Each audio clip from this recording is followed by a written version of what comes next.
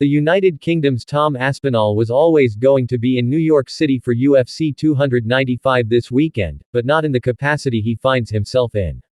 On Saturday night, the Octagon will host action within the prestigious surroundings of Madison Square Garden once again. Originally, the venue was set to bear witness to the first heavyweight title defense for Jon Jones and the return of Stipe Miocic. But with Bones suffering a torn pectoral tendon early last week, the promotion scrambled to put together a replacement fight. That ultimately saw Aspinall get the call on short notice for an interim title fight against Sergei Pavlovich. While the Englishman's talent and potential is clear to see, some have suggested that he faces an uphill task this weekend given Pavlovich's strong run in the division and the fact he was already preparing for the November 11 date as a backup fighter. Aspinall, however, expects the Russian to have one sizable disadvantage come fight night. During a recent interview with UFC commentator Jon Jones, Aspinall looked ahead to his late-notice first shot at championship glory on mixed martial arts' biggest stage.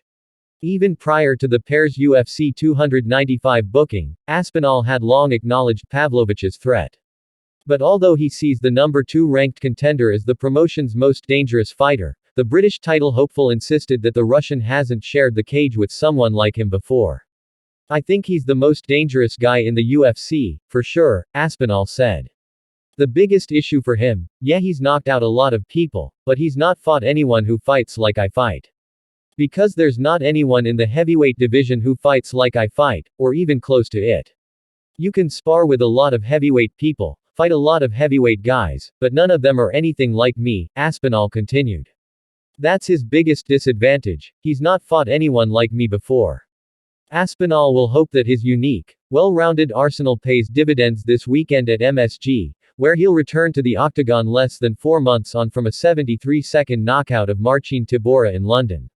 That result marked a triumphant return for the Brit, who'd previously been out for 1 year following a devastating knee injury at the start of his main event against Curtis Blaydes in July 2022.